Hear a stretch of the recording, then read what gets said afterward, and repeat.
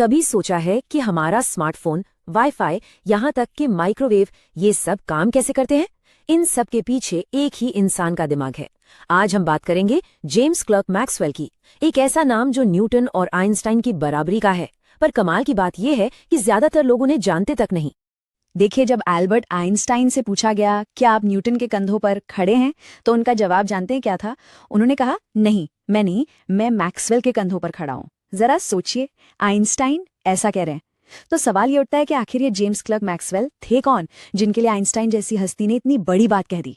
तो चलिए इस कहानी को शुरू से शुरू करते हैं। चलते हैं मैक्सवेल के बचपन में। एक ऐसा दौर जब उनकी इस जबरदस्त प्रतिभा को सच कहूं तो कोई पहचान ही नहीं पाया था। बचपन से ही मैक्सवेल की जो जिज्ञासा थी उसकी कोई हद ही नहीं थी।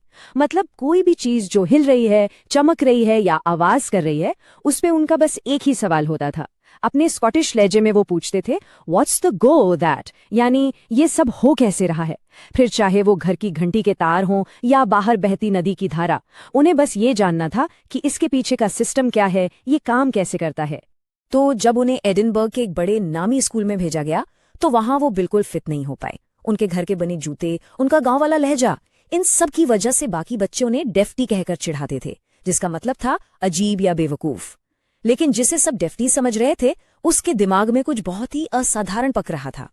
और फिर सिर्फ 14 साल की उम्र में दुनिया को उनकी प्रतिभा की पहली असली झलक मिली। उन्होंने अपना पहला साइंटिफिक पेपर लिखा और वो पेपर इतना कमाल का था, इतना एडवांस था कि किसी को यकीन ही नहीं हुआ कि ये एक 14 साल के लड़के ने लिखा है। हालत ये थी कि उन्हें अपना ही पेपर पेश करने के लिए बहुत छोटा मान लिया गया। अपनी काबिलियत का लोहा मनवाने के बाद मैक्सवेल ने एक ऐसी पहेली पर काम करना शुरू किया जिसने सदियों से बड़े बड़े खगोलविदों यानी एस्ट्रोनॉमर्स के भी होश उड़ा रखे थे। और वो पहेली थी शनि ग्रह के छल्ले। उस समय एक बहुत बड़ा इनाम रखा गया था, एडम्स प्राइज, और उसका सवाल यही था, आखिर ये छल्ले बने किस चीज से हैं? और सबसे बड़ी बात, ये बिखरते क्यों नहीं? क्या ये ठोस हैं या तरल या कुछ और ही हैं? बस यही सवाल मैक्सवेल के तेज दिमाग में घूमने लगा। मैक्सवेल का तरीका बड़ा जबरदस्त था।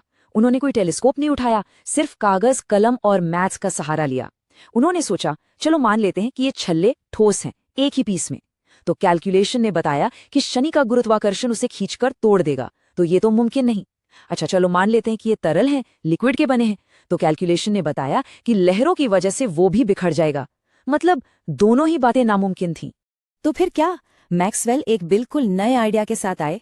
उन्होंने कहा कि ये छल्ले न तो ठोस हैं न तरल, बल्कि ये अनगिनत छोटे छोटे कणों से बने हैं, जैसे ईंट पत्थरों का झुंड हो, जो सब अलग अलग शनि का चक्कर लगा रहे हैं। और ये थ्योरी इतनी जबरदस्त थी कि 100 साल से भी ज्यादा समय बाद जब वॉयेजर स्पेसक्राफ्ट शनि के पास पहुंचा तो उसने जो तस्वीरें भेजी वो मैक्सवेल की बात पर मुहर लगा रही थी।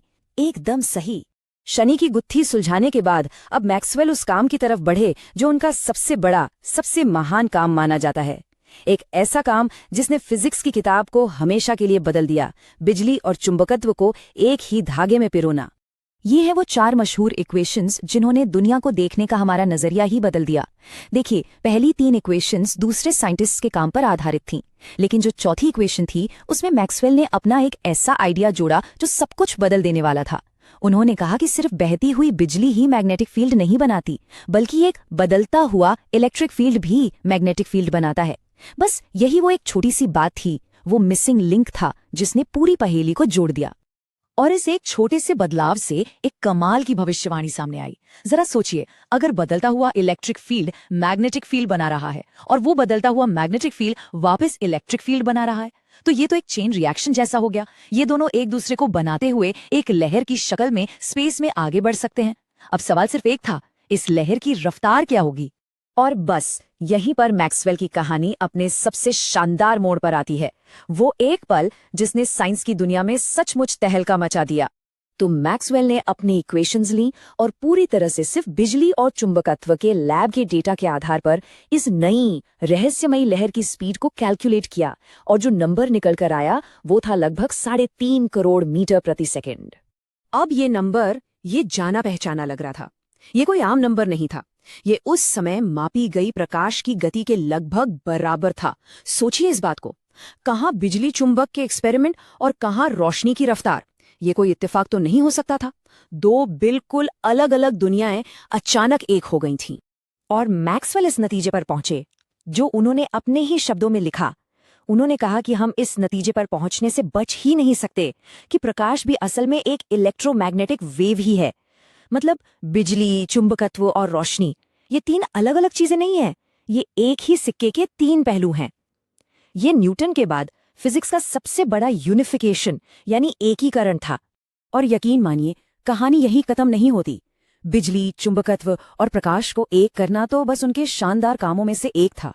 उनकी विरासत, उनका योगदान इससे कहीं कहीं ज्यादा बड़ा है।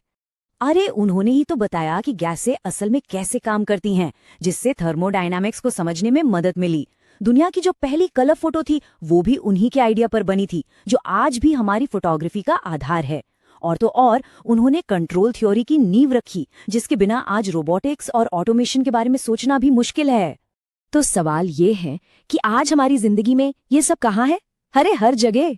जब भी हम फोन पर बात करते हैं, वाईफाई इस्तेमाल करते हैं, टीवी देखते हैं या माइक्रोवेव में कुछ गर्म करते हैं, हम असल में मैक्सवेल की 19वीं सदी की इक्वेशंस का इस्तेमाल कर रहे होते हैं। हमारी पूरी की पूरी मॉडर्न कम्युनिकेशन की दुनिया उन्हीं की दी हुई बुनियाद पर खड़ी है।